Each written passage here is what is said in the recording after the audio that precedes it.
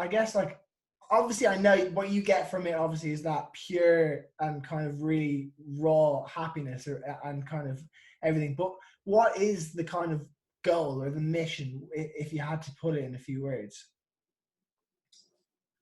I think one of the things that we say is we don't want to be big, we want to be great. We want to have impact with people like we did with Bobby and Mason and everybody that we've had amazing stories with our dispatchers, with our rescue divers, our firefighters, our police officers. When we go back to Bobby's situation was unbelievable. They wanted his mom to pull the plug, but as they're telling me this story, they talk about a police officer who came on scene and he was holding Bobby's hand. He got into the ambulance with Bobby, and the ambulance attendant said, "We got it from here, officer." And the officer said, "I'm going to ride with him." Come to find out, he was thinking about his own family, and he was thinking about his own son, and he didn't want Bobby to die alone. It was that bad. And this officer could have gone home and held his own family, but he decided to hold somebody else's hand. Yeah. And those are the type of stories that we need to tell. Yeah.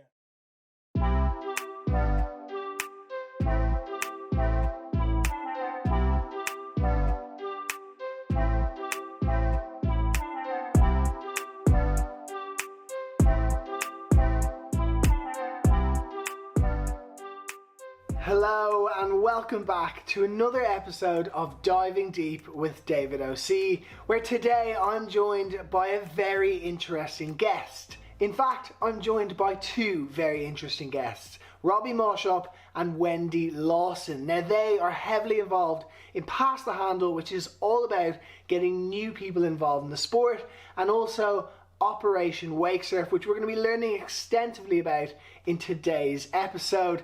They are all about passing it forward and really involved in water sports in its true and pure essence. So sit back and enjoy the episode. Robby, Wendy, very welcome to Diving Deep. How are you guys doing today? Awesome. Doing great, thanks. Yeah, how's things? Whereabouts are you based at the moment? We're at my house in Lake Norman. Okay, awesome. Okay, so for those of you who don't know, tell us a bit of background. I guess we'll start with you, Robby. Where are you from? How did you get introduced to water sports? And give us a bit of a background. I grew up in Huntington Beach, California, and we were fortunate to have a house at the river, so I was on the water my whole life. Okay, awesome. And what about you, Wendy? So I grew up here in close to the Lake Norman area. I've always lived within a 20-mile radius of here, so this is always home. And did not grow up on the lake. Did not like the water. Didn't like the lake until I met Robby. Okay, no way. So how did you actually come to meet Robby? So the crazy thing is we did a ladies' night here in our neighborhood where 7 of my friends and myself went out on a ladies' night for a Pass the Handle, which is, you kind of know the idea of that is where he teaches people how to surf for the first time or wakeboard for the first time. And went out with some girlfriends and fell in love with it and came home and told my husband. She fell in love with me. No. Came home and told my husband that we were going to buy a boat and we were going to learn to surf together. Okay, that's awesome. And then that's where it took off for you. Yes. Okay, awesome. And so obviously you've come from very different backgrounds. I guess Robby always been involved in it, Wendy new to it. And how did then you kind of gel together to kind of create Operation Wakesurf and everything like that? But to go back just a little bit further, first of all, Wendy doesn't like being in the water. Really? Unless it's Caribbean. Can you swim okay, yeah? She needs to be able to see her feet. Yes. But we broke her of all of that. Now she loves it.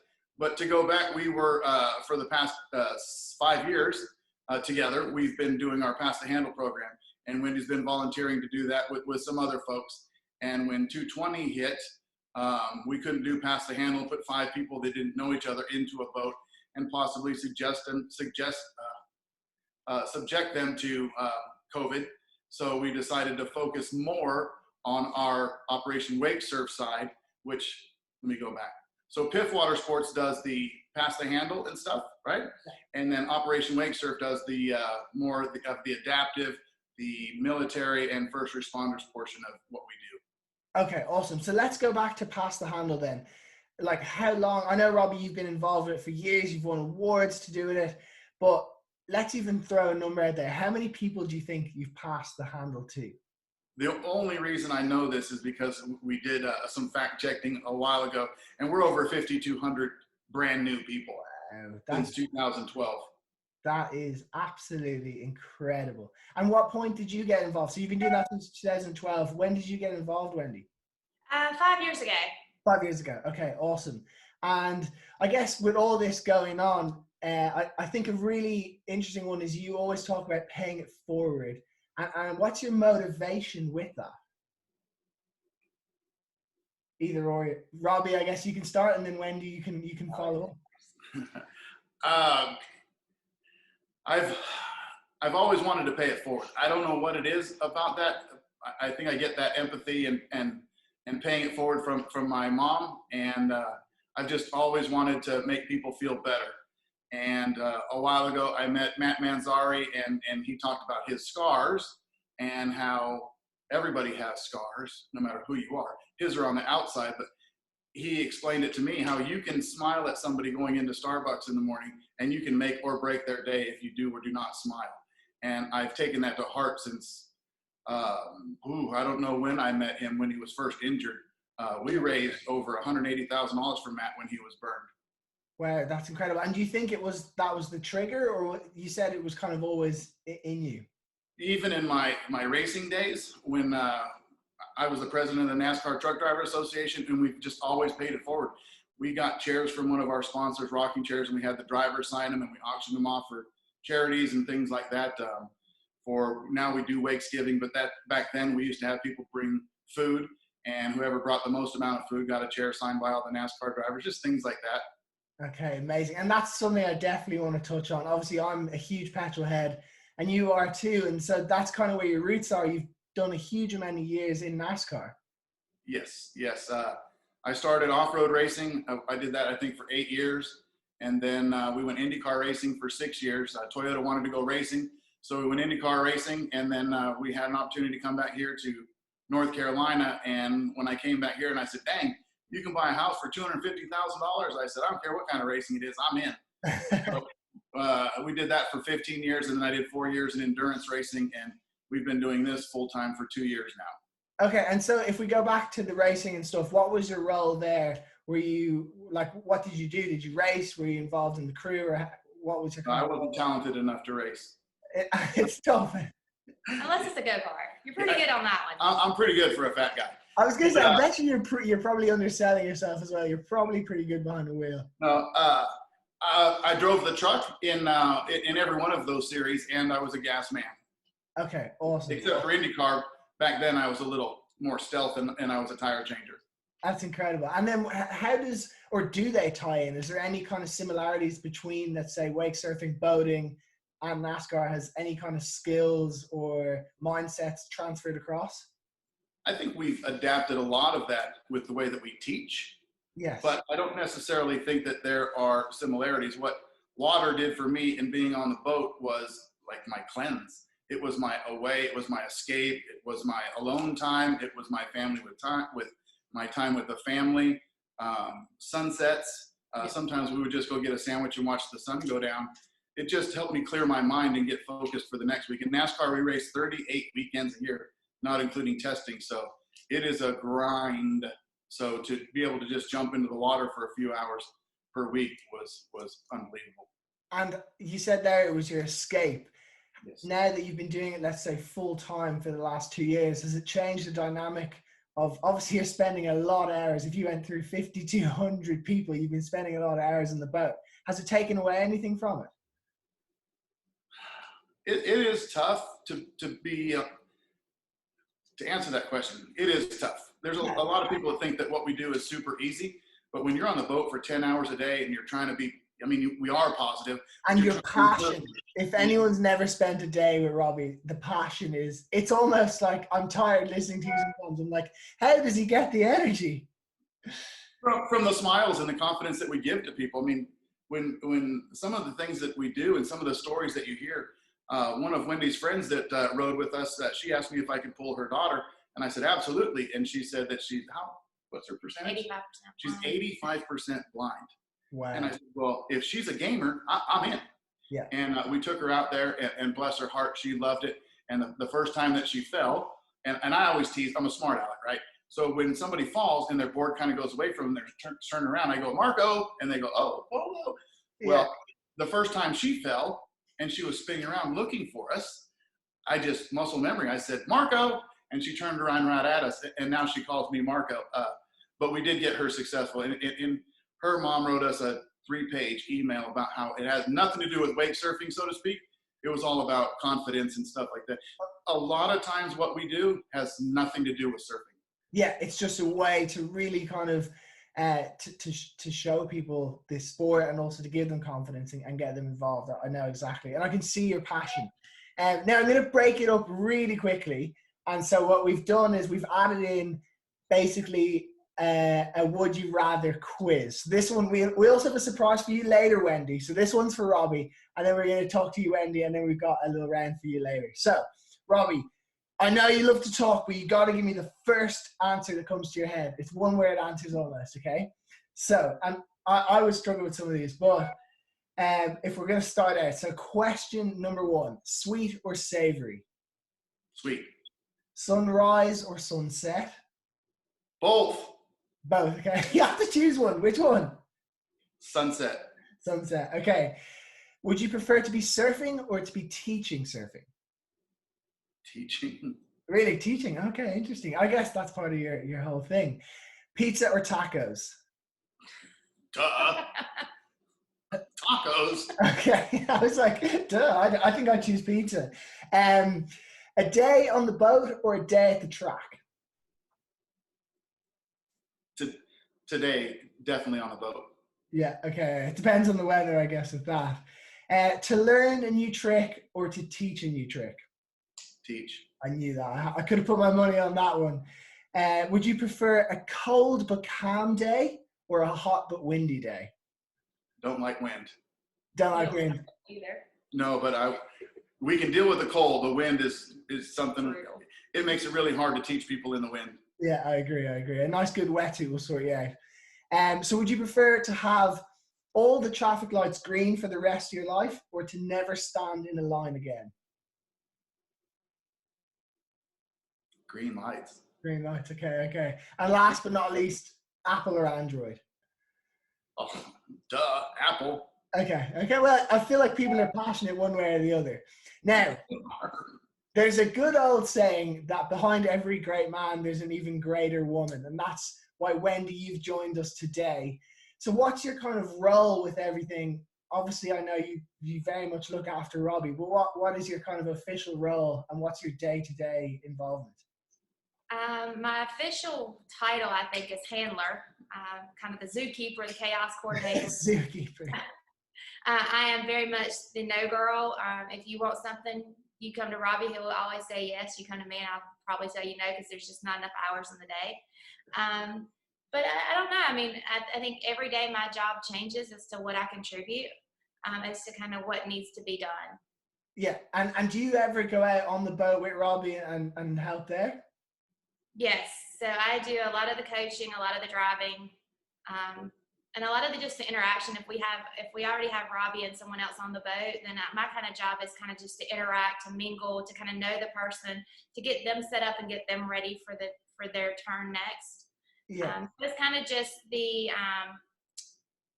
I really don't know what maybe a liaison in between them and their next turn. Yeah, absolutely. From my understanding as well, on top, so you seem to like just have your hands so full between managing Robby and then, of course, doing all the other stuff. And what about, do your family get involved as well? Do you have kids? I heard you mention you had a husband before. Yes, so my husband and I are kind of the couple that kind of just do everything together. So we scuba dive together, we golf together. So when I learned to surf, it was just kind of natural that we were going to learn together. But now he's a little better than me and sticks his threes a little more frequent than I do and a little more consistent. But we have 3 teenagers, so it's great family time that we can actually go out on the boat, unplug, unwind, and just kind of spend some time together that you don't normally get. It's hard, 2 boys and a girl, to try to get everybody in the same boat, as you would say. But it's really nice to just be able to go out, spend a couple hours. Everyone's at their own skill set and their own level. But they're really encouraging of each other, and they're, they want each other to do well, but they, at the same time, they still want to do better than the other one. I think that's human nature in many. Absolutely. Yeah. And no one wants to be, worse than mom, right? Oh, I know, yeah. Are you the best? No. No? Okay. You can't say that officially, though. And what about you, Robby? Do you have any family involved as well? No, my wife gives up our time so that I can do what we do. My wife doesn't get enough credit for allowing me to do the ladies' nights 3 nights a week, and well, first of all, women learn a lot quicker than men. So why do dudes night? Completely agree. Why do dudes night? And she just gives up a lot of that. She's definitely the unsung hero of PIF Watersports and Operation Wakesurf. And she does tell me no too, and I don't listen to her. And that's why Wendy's involved, because I listen to Wendy. But I have a daughter, a beautiful daughter, and a new grandson. He's 3 now, and that guy has changed my life. Yeah, and have you got him out on the water? Are you going to get him out on the water? Not yet. He's a little tentative right now, and my daughter's super tentative, which I don't get because she's an aqua nut. So, but it's going to happen this summer, one way or another. Yeah. I'm not asking for permission anymore. Yeah, you don't want to rush them though at the same time. I think when they kind of attract to it themselves, they'll probably enjoy it more than you don't want to put them. He loves to drive. He loves to drive. Yes, that's so cool. So you're the cool granddad who takes him out in the boat. Yeah, he calls me Big Poppy. That is so awesome. And so obviously Centurion are working on something with you, which is to do with the Centurion Military and First Responder of the Year prize. And there's a big, I guess there's the prize is effectively time with you. Can you tell me more about how that works, and again about the prize itself? Yeah, we have been, again, we've been doing Pass the Handle, 85% of that. And then when 2020 hit, we decided to focus on military and our first responders. That being said, before we did like 90% of that and 20% of what this is. I know that makes 110, but that's what we do. But every single year we had one event that was 3 days long. We have a company that gives us 3 VRBOs, which are lake houses. And we have 6 first responders and 6 military come to this event that are invited. And we turn them into professional go-karters in the morning of the first day. And then we have lunch, and Matt Manzara usually speaks for us. And then we go to one of the teams that I used to work for and turn them into professional NASCAR pit crew members for the day. And obviously they're all extremely competitive. And then we go to the houses, and we have 2 days on the water. And we go from like 9 to 1, and then we have a lunch break, and then we go from 2 to 6. And if you're in this boat 9 to 1, you move to this boat 2 to 6, and then you go to the third boat.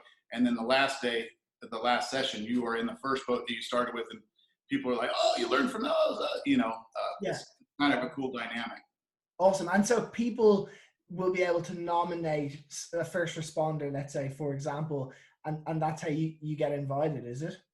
Yeah, I lost track of your question there. Yes, normally we invite people from around here, but now with Centurion's help, they're going to open it up to the whole world. You can nominate a first responder, a military person, and then they're going to pay for them to come to our 3-day event. We just don't have the kind of budget to pay for people to fly in, so normally they're just local first responders and military, but now we'll be able to open it up to at least 2, and hopefully as we grow, we'll be able to fill all 12 spots like that. That's amazing. It's amazing. I hope one day when we're a little bit more COVID free that I can join. I know Shell has already from Centurion told me that if we can make it happen at some point, I'll be able to join you. I'd love to. We love it. We would really love it. And the thing about that is not just that, is as we do this, we will be able to showcase what these heroes are doing. A first responder saved 15 cats and a dog or something like that, or a firefighter ran into a blazing building and saved a baby, whatever it might be. We'll be able to showcase what these people are doing for us, and not just the negativity that we see on TV sometimes. Absolutely. See the hero stories as such. Okay, now to break it up again, and this is just to learn a little bit more about you. I can see the butterflies in Wendy's stomach. So Wendy, we're going to do a quick fire round. So basically how this works, I don't know if you've ever played it with your kids when they were younger, but you kind of have to give the first word that comes to your mind when I ask you the question. So I feel like some of them are going to be easy, some might be a little bit tougher. So first up, what is your favorite water sport? My favorite water sport? Yeah. Wake surfing. Okay. Describe Robby in 3 words. Passionate, wordy, amazing. Okay, I definitely agree with those, particularly passionate. Favorite type of food? Everything. I've never met a food I didn't like. Really? Okay. I plan my day around meals. Okay, awesome. And Challenge I accepted. on the food. That's awesome. One thing that motivates you? Setting a good example for my kids. Okay, awesome. Have you ever snowboarded? No. For the last time we went snow skiing, my son broke his collarbone. So, It's a little bit sorer than water to fall on. Describe yourself in 3 words. oh gosh. Yeah, I don't know that one. That was gonna take a bit. Everyone's scared to give it. Go on, 3 first words that come to your mind. Don't be modest. Oh, 3 first words. Giving, Mm, passionate, stubborn. Yeah. Motivated. I have to get back with you on the 3rd one. genuine. Yeah, genuine. I like it, Robby. What's your favorite type of music? Oh, I like everything but country. Oh, really? Okay. Yeah, That's me from Ireland. I'm thinking, really? I thought all Americans love country. She's from the country. it's the only thing I don't listen to. Okay. We'll do Now it's on the boat. It's like it's rock and roll or rap. Okay, awesome. We'll do 1 or 2 more questions. What color is your toothbrush? Colors what? Toothbrush. Blue. See, I feel like most people know that. And what is the first thing you do when you wake up in the morning? Kiss my husband. Okay, very good. That's a nice. Before you brush your teeth. We've been together 20 years. He knows what it's like. You should be using that blue toothbrush first. Okay, so obviously you've had a lot of amazing days. Robby, you mentioned earlier you've had over 5,200 people, and you've passed the handle to them, got them involved in the sport. You spoke to me about the amazing story of teaching the blind child to wake surf. But if you could pick one day that just struck you, and you went home and you sat down and you said to your wife, or you said to Wendy, or you even just thought to yourself, wow, what day would that be? I know what day this is. Yeah, because I'm wordy, I'm going to let Wendy answer that because she knows the day that I'm talking about, and she can say it a lot quicker than I can. The day of the And Bobby. and Bobby. So there's 2 different ones, and I think both are equally as impactful for what we do as Operation Wakesurf. The first one was when Robby met Bobby, who was a young gentleman who was involved in a car accident who they didn't think was going to make it. So he flew out to Portland and taught him how to surf again. So incredible story, and Robby can tell you that, but it'll take you about an hour. I followed it. That was only. People definitely cry. That was only recently enough, was it not? Yes, it was Yes, I remember it. It was June. June. Yes, I remember. Yeah, it was an incredible story. And then the same month, we actually got to meet Mason. And Mason was a Marine and had fought in Afghanistan and had lost the bottom part of his right leg or left. And he actually came to our 3-day, but we didn't get him as successful as we wanted to. And he actually felt like he connected with Bobby, and he wanted to go with me to Portland. But I knew me, and I would want to try to teach both of them. And so when we went to Portland, the water was chilly there, and I invited Bobby and his family to come back here to North Carolina where our water's warm. And that's when I invited Mason to come out with us. And you couldn't have written the script better. I mean, they are truly 2 peas in a pod. They are better. They make each other better. And they have taught us so much in the process of teaching, of learning, how your disabilities or abilities, you just approach it in a different direction. So those 2 are definitely the stories I think we both instantly think of when we think, okay, what was the difference in a day for us? We were supposed to teach them, and they taught us. Yeah. It's amazing. And with Mason, it was definitely the most challenging person we'd ever coached, ever. And part of that was because the prosthetic that he has took on some water. So it was like 8 pounds on his rear foot, which is on the brake, right? Yeah. And I couldn't figure this out. And as we did some things, and his front foot, it has a rod in it, so it's kind of like this. So I was actually frustrated. So I went and I asked if they could put me in the water. So I surfed and I tried to emulate his body position. And normally we tell people don't look down, because if you look down, that's where you're going to go. But with him, he actually needed to look down so he could see his body position and what it was doing, translating to the board, so that he could correct that. And that's how we eventually got him successful. And that was the most challenging and rewarding person ever. Yeah, it's incredible. And I can tell it obviously means a lot to you guys as well. And so I guess, like, obviously I know what you get from it obviously is that pure and kind of really raw happiness and kind of everything. But what is the kind of goal or the mission, if you had to put it in a few words? I think one of the things that we say is we don't want to be big, we want to be great. We want to have impact with people like we did with Bobby and Mason and everybody that we've had amazing stories with our dispatchers, with our rescue divers, our firefighters, our police officers. When we go back to Bobby's situation was unbelievable. And they wanted his mom to pull the plug, but as they're telling me this story, they talk about a police officer who came on scene and he was holding Bobby's hand. He got into the ambulance with Bobby, and the ambulance attendant said, "We got it from here, officer." And the officer said, "No, I'm going to ride with him." Come to find out, he was thinking about his own family, and he was thinking about his own son, and he didn't want Bobby to die alone. It was that bad. And this officer could have gone home and held his own family, but he decided to hold somebody else's hand. Yeah. And those are the type of stories that we need to tell. Yeah, it's incredible. I can see already. I mean, I know you're passionate, but hopefully people can portray it through just how much you're kind of welling up there as well. I mean, who does that? He could have gone home to his own family. Yeah. And if Bobby doesn't make it, he's got to live with that. Yeah, but that's, I mean, maybe that's part of his kind of why he stayed with him. And so getting, I guess, and those are the hero stories that you're kind of portraying as well, which is fantastic to see. I mean, I'm lost for words now, even listening to you. I've run out of questions, and I was just kind of letting you go with it there, which is really cool.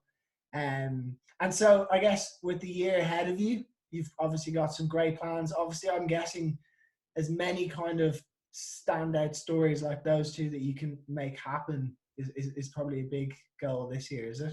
Yes, we have several events here locally. We're doing our spousal appreciation night. So instead of ladies night, now we're turning it around to where if your husband or wife is deployed, we're going to pull you from 5 to sunset. And if your husband or wife is working the night shift, be it an EMT or a police officer, firefighter, then we're going to pull you on those nights. We're doing several travel events with Ski Dock in Texas, Action Watersports, Centurion dealerships, with Boardco, with Upstate Marine. So we work in conjunction with our Centurion dealers to do this program with them. And by the way, I love your Roswell hat. I'm there. So this obviously isn't free. It costs a lot of money, and you're doing it. And how do you fund that? It costs a lot of money to pay it forward. Yeah. And I think that's where the most stress comes from, that I don't know. We've had some really great donators, some sponsorships, and a lot of it's just word of mouth and advertising. People say, how can we help? And a lot of times they don't have the time or the ability to coach or teach. So they have been gracious enough to donate monetary so that we can continue on the mission. And is there somewhere that people can donate? Is there a website or anything like that? Yes, our Operation Wakesurf.com. And all of our stories are there. You can meet the crew. You can buy apparel. And also there's a donate button. Okay, incredible. I'll make sure to everything. But we have some amazing partners, as you can see. But and they all care to pay it forward. They just do it through us. And everything that we do goes, 100% of what we do and take in goes to first responder military. Everything. It's incredible. And for those brands, obviously you're a huge value because like you said, it's something they want to do, but may not have the time because obviously you guys are basically dedicating your life to it. And it's a hugely time consuming process. So, I mean, my hats are off to you guys, of course, but I'm sure you're sick of the praise in many ways and you just like to get on with your days as well. Yeah, that's tough. I'm not good at that. And I'm not good at asking for money. That's what Wendy's for. Yes. We're extremely fortunate. Yeah, no, you are. And I mean, obviously, I'm just a guy in Ireland, but from, I think, the water sports community, thank you for putting so much work into it. I had a blast with you in Wisconsin and your passion and how you interacted with our newer water sports enthusiasts. And to go back to this whole thing, how it started, I wouldn't be doing what I'm doing if it wasn't for Kobe Mikasic from O'Brien and folks like that who took me under their wing and introduced me to people like yourself. And this is a whole, we use that hashtag one team. We don't do this alone. That is for sure. Yeah, absolutely. It's an individual sport, but there's nothing individual about it. Yes, sir. I think it's amazing as well, like the impact, like for you guys, it's just another day in the office. Obviously it's maybe I'm sure you don't seem like you've gotten used to it, but I'm sure the impact of like, it's just a day or 3 days for these people, but I'm sure for years to come, they're always talking about the time they went out on the boat and the time they went to the track. And I'm sure it really, really sits with them for a long, long time.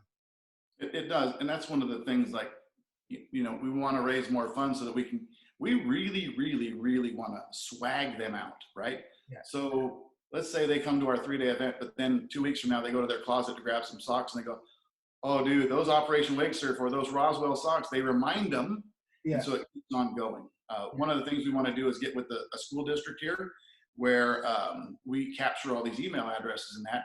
And so let's just say January 13th pops up at the school and there's 14 people that are in the queue and they send them like, Officer Smith, happy birthday, thank you for your service, that type of thing. So this just continually goes. We're in the process of getting some little gift card envelopes. And they'll say, thank you for your service on the front. On the back, it'll say www.Operation Wakesurf. It'll be a $10 gift card.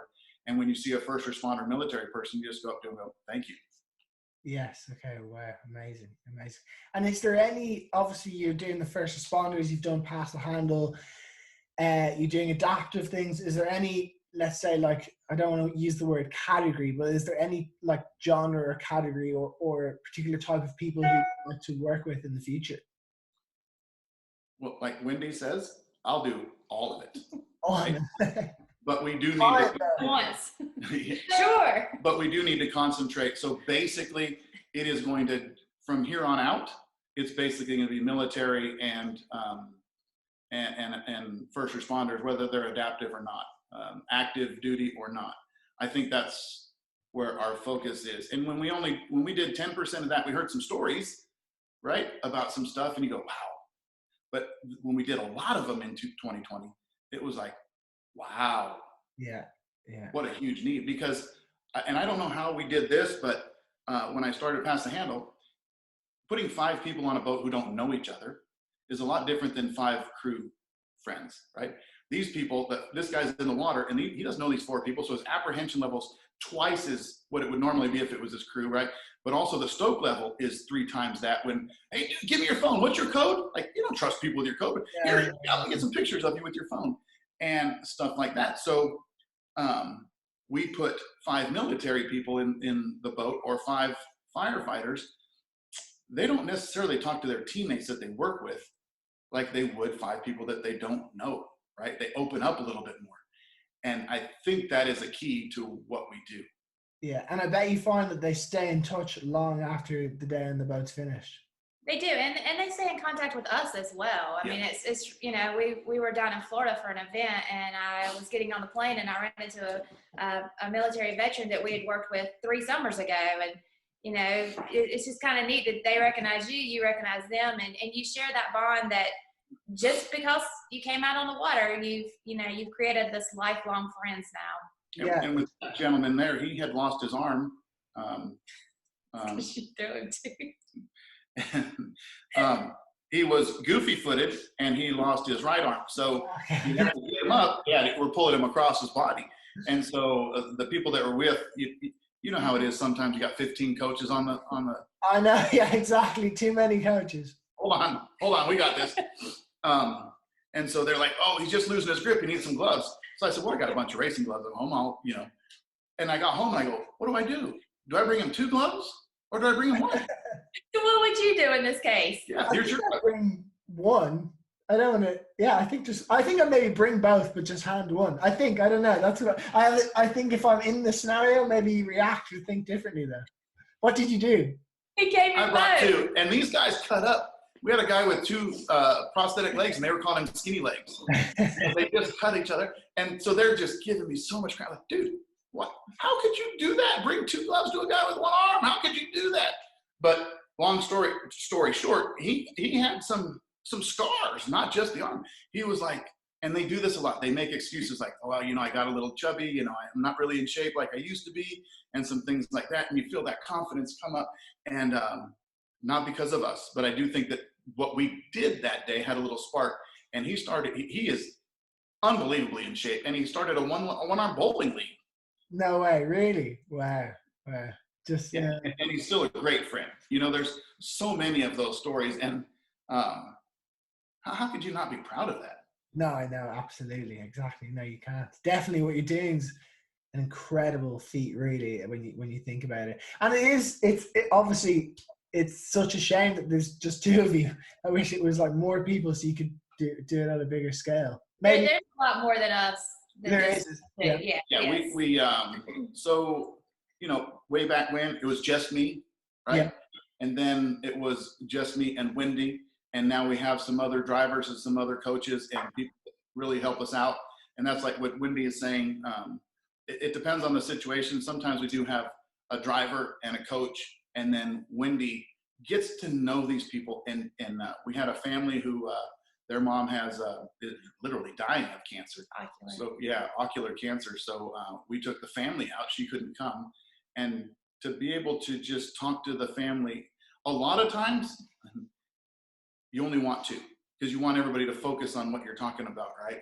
But sometimes you need a third person as a buffer to make everybody calm. And I don't know, it's everything we've done, we've learned as we go. Her husband said, I don't think Robby likes me the first time I pulled him, right? And then like 3 years later, I was teaching somebody else, and he looked over when he goes, why didn't he tell me that? Well, I didn't know that 3 years ago. Yeah, exactly. Right? No, I taught him everything I know.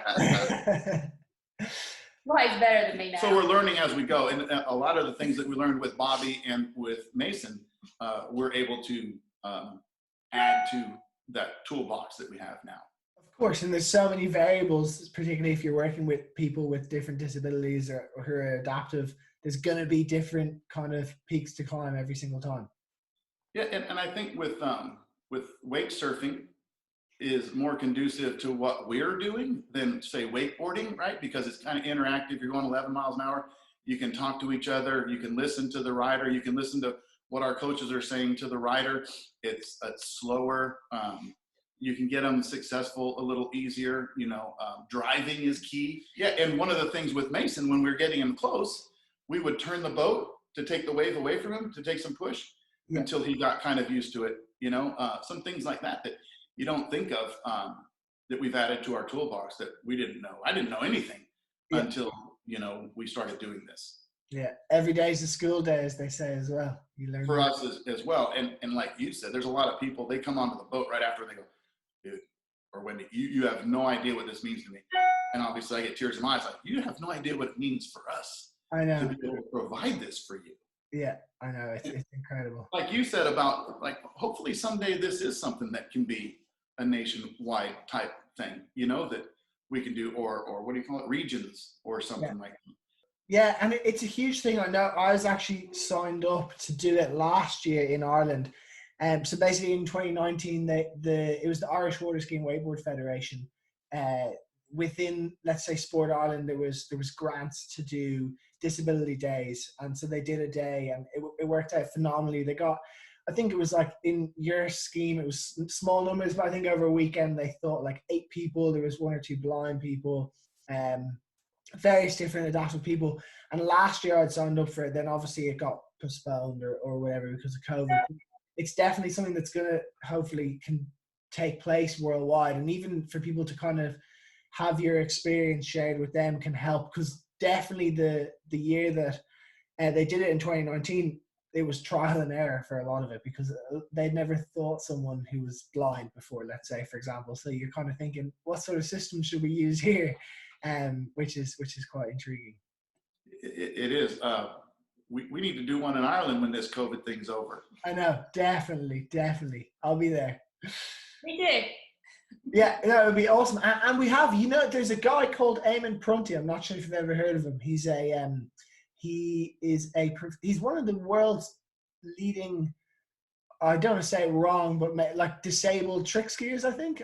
I'm not sure the exact terminology as well, and I don't want to offend anyone there. But he's an incredible athlete, and he's like all sorts of stuff. He does slalom, jump, trick, and he's really, really good. And I think he's come like third or fourth in the world a couple of times. And he's huge for pushing it here. So we do have a nice push here too. That's awesome.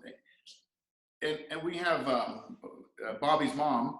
She, like you said, Operation Wakesurf can be a lot of things. It doesn't have to necessarily be first responders, military.